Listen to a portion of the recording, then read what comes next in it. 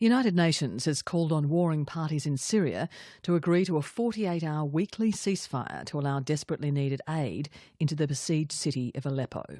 The escalating violence in the city has meant that up to 2 million people have been without food, water or power since last month.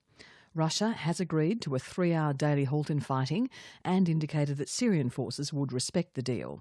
But it's unclear whether rebel forces will agree, as Anne Barker reports. It's Syria's largest city and was the country's commercial heart, but today Aleppo is barely a city at all. Years of bombing have all but destroyed it, and now damage to pumping stations has cut all power and water, leaving as many as 2 million people in need.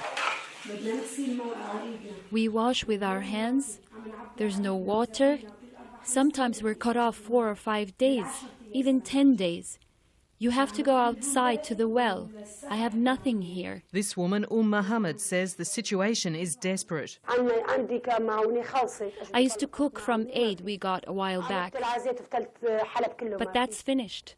We don't have any food, nothing. We cook leaves off the trees. The situation is horrendous. Since last month, the Syrian army, backed by Russian forces, have encircled key rebel enclaves in Aleppo and cut the main supply route into town.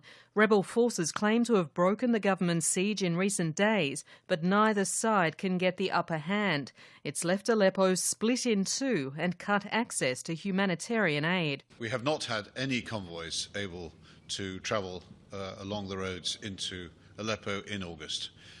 This is, of course, not in line with what we had thought was the agreed August plan. The UN Secretary-General for Humanitarian Affairs, Stephen O'Brien, says there must be a ceasefire long enough to get emergency food and medical supplies into Aleppo. The security situation has been too grave, too difficult, and even for the very, very brave UN and humanitarian partners, people on the ground who are determined to deliver, they are brave, but they're not suicidal. We have to have security conditions in place. Russia has now agreed its forces will hold fire for 3 hours every day to allow humanitarian aid into Aleppo. Its head of operations is Sergei Rudskoy. Starting from tomorrow, humanitarian gaps will be introduced from 10 a.m. to 1 p.m. local time, during which any military operation, air and land-based fires will be stopped, he said. Russia has indicated that Syrian forces will support the ceasefire, but rebel groups have given no such guarantee, and one rebel commander dismissed the idea outright. To be honest, this UN stance is biased.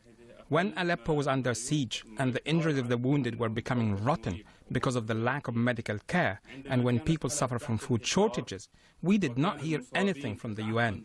We, as military fighters, only understand this call for a ceasefire by the UN to be nothing but to give a chance for the regime to catch its breath after the big defeat they suffered in this battle. The UN says nothing less than a 48-hour pause in fighting every week will be enough to help those trapped in Aleppo. Anne Barker reporting.